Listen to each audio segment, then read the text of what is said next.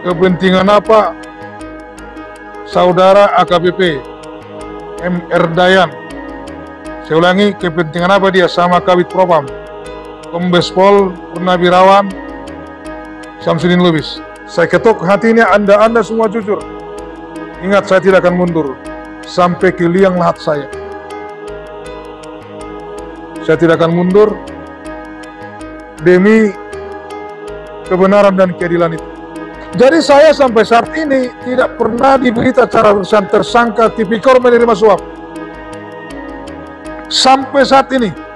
Ya, jadi saudara, seperti berita acara yang disampaikan oleh Bang Longser tadi, ini memang ada berita acara di tanggal 19 September 2016. Ini ada beberapa poin, memang kita garisin yang ingin kita sampaikan kepada Anda. Apa bukti jebakan yang disampaikan oleh Bang Longser tadi yang dilakukan oleh Propam Polda Sumut ketika tahun 2016. Di sini ada diperlihatkan kepada saudara tas ransel warna hitam, tulisan Jack Daniels dan uang sebesar 200 juta rupiah dengan pecahan 100.000. Tapi kami konfirmasi kembali, Bang, ketika itu Abang tidak menyentuh ataupun melihat ada uang di dalam tas ya? Enggak ada. Baik, kita lanjut.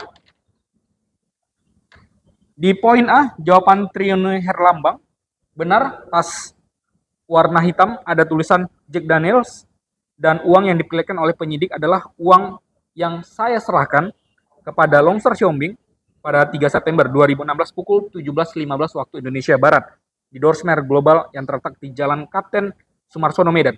Pemilik uang adalah PT Karya Sakti Sejahtera, yaitu uang gaji karyawan. Pemilik tas yang saya pinjam dari personel Propam Polda Sumut dari Ricky PS SE, karena uang itu saya simpan dalam tas plastik, sehingga saya pinjam tas ransel warna hitam dari personel Propam Polda Sumut. Artinya memang apa yang Abang gambarkan jelas sekali, Bang ya. Kenapa ada campur tangan Propam di dalam penjebakan tersebut ya? Artinya Abang ada kepikiran mereka memang proyek transaksi solar subsidi ini yang harusnya dijual dengan harga perusahaan, harga industri dijual dengan harga murah kepada pihak proyek. Ada campur tangan juga ini dari pihak Propam, atau mereka ada saham di transaksi tersebut menurut Abang? Sebenarnya waktu itu karena masih awal pendidikan, kita mau panggil siswa bun-bun pengantar solar itu. Ya. Nah, yang menjadi pertanyaan sekaligus jawaban, kepentingan apa? Kepentingan apa saudara AKBP MR Dayan? Saya ulangi, kepentingan apa dia sama Kabid Propam Kombes Pol Purnawirawan Syamsuddin Lubis? Sederhana, kepentingan apa? Apakah dia lebih sayang kepada tanda kutip bakal tersangka subsidi solar ini, migas, atau kepada institusi Polri, kepada saya sebagai Kapolsek, korban kriminalisasi penjebakan? Pertanyaannya itu. Dia lebih sayang institusi Polri diperlakukan kepada saya sebagai Kapolsek begitu, atau dia lebih dekat dan kepentingan apa dengan transaksi solar dugaan tindak pidana subsidi Undang-Undang Migas? Ini perlu dipertajam, didalami oleh Pak Kapolda Sumatera Utara. Ini permohonan saya. Baik, ada 200 juta Siap. uang yang kemarin ikut dalam penjebakan dan ikut diangkut ya bersama dengan Abang ketika itu ya di Dorsmer.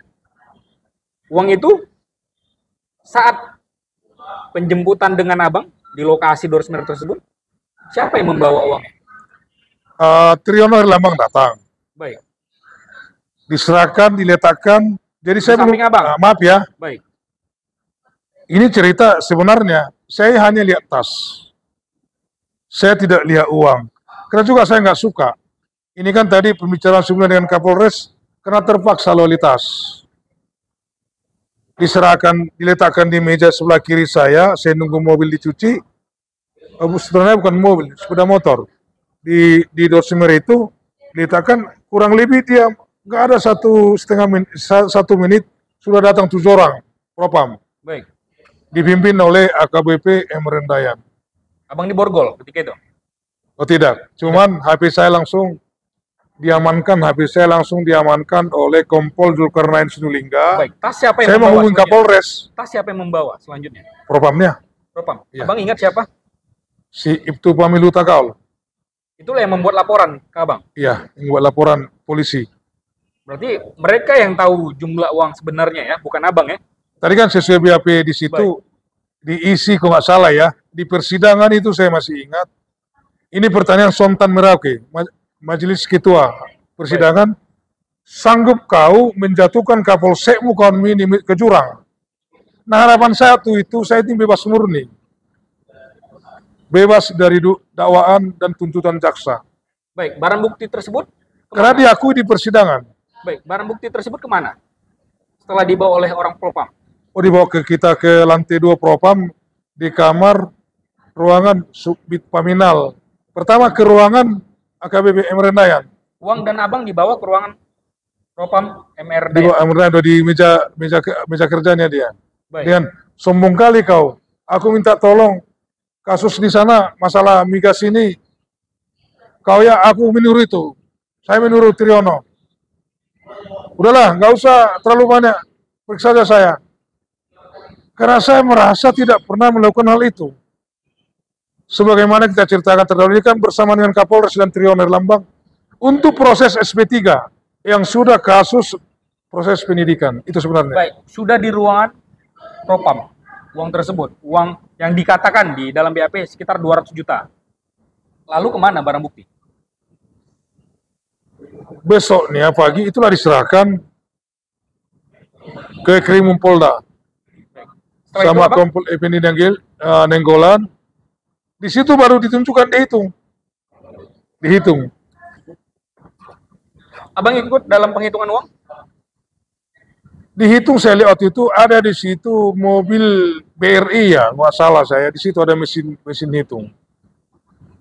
Ya jujur waktu itu saya kan bingung. Namanya kami polisi ini kan loyal. Baik. Mengatakan kebenaran aja kita dianggap sebuah kebencian yang timbul like dislike. Ya. Tanpa mencari kebenaran yang substansi. Gitu loh. Setelah dihitung, Ya. uangnya kemana? Saya coba singkat. Ini fakta ya. Di persidangan uang tidak ditunjukkan, hanya tas. Alasannya, Yang membawa itu tasnya siapa ke persidangan? ya kan diserahkan penyidik ke jaksa kan. Jaksa. Jaksa tidak membawa hanya tas. Baik. Sama catatan Kapolres yang 200 juta. Ada catatan bersama Triyono Lambang. Yang memakai kertas Tulisan sekitar tisu 200 juta. Tisu warna putih. Tapi itu memang diakuin adalah milik Kapolres dalam sidang. Oh diakui si Triyono Lambang, catatan dia. Catatan Triyono Lambang. Dan memang catatan Kapolres. Itu tinta merah dibulati. Kapolres Jansen Sitohang. Baik. Tapi Kan boleh dipanggil dia nanti kalau di Krimumpolda dia. baik, tapi begitu banyak fakta-fakta yang tidak menyudutkan abang di dalam persidangan, di dalam BAP sampai ke meja hakim. Tapi Kapolres ataupun pihak propam yang menjemput abang, yang menjebak abang, yang abang sampaikan menjebak, sampai sekarang masih bebas, bang. Ini lucu, saya ingat dulu lucu. Kesaksian Kapolres, dia hadir saksi. Saya bilang lucu. Dia tidak gentleman dan komitmen. Kenapa saya bilang lucu? Saya waktu itu di kafe kawan kopi hanya jalan-jalan. Nengok-nengok gambar apa di ruangan itu. Bayangkan dia datang dari Papak Barat, seorang Kapolres hanya lihat gambar di situ. Dan tidak dikejar hakim sama jaksa. Keterangan bohong seperti itu. Ini kan TKP berbicara sket. Di sini jelas nama dia, membicarakan SP3 di kafe kawan kopi. Baik, 2016 abang di kafe kawan kopi Sama Kapolres. bersama Kapolres dan Bertiga juga Triyono manajer. Lambang. Ada CCTV tidak, bang? Ada CCTV. Maka ada ini. Di sini lengkap. Ada tidak ditunjukkan dalam CCTV bahwasannya Kapolres memang berkeliling melihat foto? Tidak ditunjukkan. Karena ini kan sudah pesanan. Saya anggap ini maaf. Persidangan yang sudah pesanan. Dalam arti tidak foreplay. Berarti bukti CCTV juga ada dugaan dipotong? Ada dugaannya. Betul, ada. Ini dia. Sengaja dibuat yang gelap-gelap ini. Baik, yang ingin kami tanyakan lagi, Bang. Apa kekuatan MR Dayan ketika menjadi Propam dan juga Kapolres Johnson Sitohang ketika itu sehingga bisa lolos dari perkara yang menjadi Abang dikriminalisasi ketika itu? Makanya saya bilang, selalu saya WA ke Pak Kapolri dan surat-surat saya, baik di Kompolnas dan kehadiran saya ke Barreskrim, dan WA saya, chat saya ke Kapolda Sumatera Utara. Saya buat judulnya Salaman Dasar Segala Hutan. Bahasa Indonesianya, kesalahan membangun pondasi. Kedua, kriminalisasi dan super diskriminasi. Nah, tadi pertanyaannya, apa kelebihan si Dayan? Apa kelebihan AKBP Johnson Sitohang dan anggota Sidayan? Kelebihan mereka antara dialah dengan Tuhannya. Saya ketuk hatinya, Anda semua jujur. Ingat, saya tidak akan mundur sampai ke liang lahat saya. Saya tidak akan mundur demi kebenaran dan keadilan itu. Baik. Kenapa saya bilang super diskriminasi? Ini kenapa dia nggak tersangka? Perintah pengadilan aja, hakim pengadilan agar dijadikan tersangka pemberi suap tidak dijadikan sampai saat ini. Sudah hampir 2017, 6 tahun. 2023 sekarang ini, 6 tahun. Tapi melihat kasus Abang, yang di tingkat Propam dan Abang seorang Polri dan di titel Abang kita melihat doktor, SAMH, tapi masih dikriminalisasi. Lalu masyarakat percaya dengan siapa, Bang? Nah, ini harapan kita. Apapun saya mencintai tugas Polri. Apapun saya dibesarkan di komunitas reserse sebagai penyidik. Tak bukan cita-cita saya kasus ini supaya perbaikan kepada oknum-oknum tersebut. Bukan karena berlatar belakang kebencian.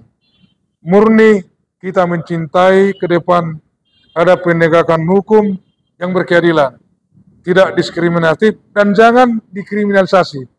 Apa pengertian kriminalisasi? Diciptakan seolah orang yang tidak ada kriminal menjadi kriminalisasi. Nah, ini harapan saya juga ke hakim, ini Ketua Pengadilan Negeri Medan, harapan saya juga kepada Kepala Kejaksaan Tinggi. Ini mohon juga Pak Kapolda, Pak Kajati Sumut, Ketua Pengadilan Negeri Medan sekarang ini, supaya bagian dari evaluasi internal, jangan dibohong-bohongi bawahannya. Kenapa saya bilang begitu? Maksimal saya ditahan 120 hari, tuduhan tindak pidana pemerasan di unsur pasal 368 ayat 1 KUHP. Tolong dibaca pasal 89 KUHP itu apa yang dimaksud? Apa roh substansi daripada pemerasan? Membuat ancaman kekerasan sehingga orang tidak berdaya. Kapan saya ancam, itu sudah selesai. Kedua, 22 Desember 2019, saya ditangguhkan, nggak mau saya ditangguhkan. Besoknya mau diperiksa, saya tidak mau. Ternyata saya lihat di berkas ini, 22 Desember SPDP Tipikor. 22 Desember di sini ada SPDP Tipikor yang ditangani oleh Dirkrimum Polda Sumut oleh Kombes Nurpalla. Ya. Apa dasar dia Dirkrimum menangani itu? Tidak boleh. Ada Krimsus yang boleh menangani tindak pidana korupsi. 22 Desember Tipikor. SPDP 5 September saya ditahan sampai dengan 21 Desember di mana? Apa? Tipikor, di mana SPDP? Apa boleh? Ini namanya tidak memenuhi syarat formil pemberkasan. Tidak memenuhi syarat formil pemberkasan. Pak Kapolda mohon dimonitor ini. Sama Dirkrimum, sama Dirkrimsus. Ini tidak lebih karena kecintaan kita kepada polisi kita yang kita cintai. Kita banggakan. 22 Desember SPDP Tipikor. Karena saya tidak mau keluar, ditangguhkan. Saya lihat berkas ini, ada 27 Desember permintaan izin penitaan. Penitaan. Barang bukti. Nah, penitaan sebelumnya bagaimana? Apa boleh barang bukti dalam satu alur pendidikan yang sama boleh 2 kali penyitaan, nggak boleh. Ini juga pelanggaran. Jangan semau buenya mereka mendidik. Apalagi terhadap saya mereka berani begini. Kan 2 kali dari Medan, PN Medan, September dan Desember, 27 Desember. Barang objek yang sama. Ini udah lucu ini. Kecuali saya dilimpahkan ke Krimsus Tipikor. Baik. Enggak ada masalah. Ini loh, ini Krimum loh Pak Kapolda. Pak Kapolri, ini Krimum loh nangani. Khusus Kabareskrim juga. Ini sangat aneh. Sangat aneh. Maka saya bilang ini kriminalisasi. Dan super diskriminasi. Baik. Jadi saya sampai saat ini tidak pernah diberita cara tersangka Tipikor menerima suap. Sampai saat ini. Tapi saya divonis Tipikor menerima suap. Nggak ada BAP saya. Juga nggak ada penahanan saya Tipikor. Penangkapan saya di sini dan perpanjangan penahanan dari jaksa 40 hari, 2 kali 30 hari dari Medan tindak pidana pemerasan. Mohon Pak Ketua Pengadilan sekarang ini monitor ini. Apa boleh suka-sukanya? Ini yang dikatakan tidak memenuhi syarat formil pemberkasan. Baik. Saya kira begitu ya. Tapi yang paling jelas ketika Abang dinyatakan salah tentu Abang harusnya dipecat ya Ya harusnya saya dipecat. dari kesatuan. Ya. Tapi Abang pensiun. Saya pensiun April 2020. Baik. Nanti kita ngobrol lagi Bang. Kita di part berikutnya karena kami kira ini adalah bahasan yang menarik. Kita akan mengupas lebih detail lagi masih di perkara Abang di kisah yang lain. Tuh, saya tolong sedikit lagi. 22 Desember saya ditangguhkan. Kasus Tipikor, 19 4 kali loh. Ini mohon Kajati Sumut agar diperiksa Rupina. Rupina Ginting yang sekarang Kajari Tanjung Balai. Dia waktu itu kasih Orharda. Dia harus diperiksa. Bagaimana mengalihkan kasus ini dari Aspidum ke Aspidsus. Sekarang dia Rupina Ginting, Kajari Tanjung Balai kalau saya nggak salah. Mohon Ibu Rupina berikan penjelasan kepada Kajati Su atau Jaksa Agung Muda pengawasan. Biar ini clear. Mbak, kenapa ini dikasih di berkas dari Aspidum ke Aspidsus yang ditangani oleh Julfitri yang sekarang kalau nggak salah satu Kajari daerah Sumatera Barat. Ini sangat aneh. Hanya dua hari bisa pengiriman berkas Tipikor menerima suap P21. 28 Desember P21, 29 Desember saya ke jaksa diserahkan P22 di Pitsus. Baik. Saya buka berkas ada BAP palsu. Ya. Tapi oke, BAP palsu saya nggak masalahkan karena sudah ngadu di Barreskrim ditolak. Saya udah mengadu SPKT Polda sama istri saya ke Barreskrim ditolak. Saya udah ke Barreskrim sama istri Oktober 2019 ditolak karena sudah vonis Tipikor. Ya. Nah persoalannya sekarang Pak Kapolda, Pak Kapolri, kenapa sampai sekarang tidak melaksanakan perintah pengadilan Pak Kapolda Sumut, perintah majelis hakim agar diperiksa tersangka pemberi suap, apalagi pemilik tas propam itu. Baik, dan ini kita biarkan masyarakat penasaran juga agar nanti kita bahas lebih lanjut tentang kasus Abang di part berikutnya Bang ya. Oke, ini fakta loh, 1000% fakta ini. Ini bukan karangan saya. Yang saya utarakan semuanya berdasarkan audit, saya audit ini berkas ini. Baik. Oke. Baik, Bang Longser, terima kasih. Nanti kami berharap Abang bisa kami undang kembali Bang di edisi berikutnya. Sehat-sehat selalu Bang Longser. Kami harapkan keadilan tetap berada di pihak yang benar. Amin. Abang lakukan. Ya, sampai jumpa Bang Longser. Ya, demikian tadi saudara wawancara kita dengan AKP Purnawirawan Dr. Longser Siombing, SH, MH.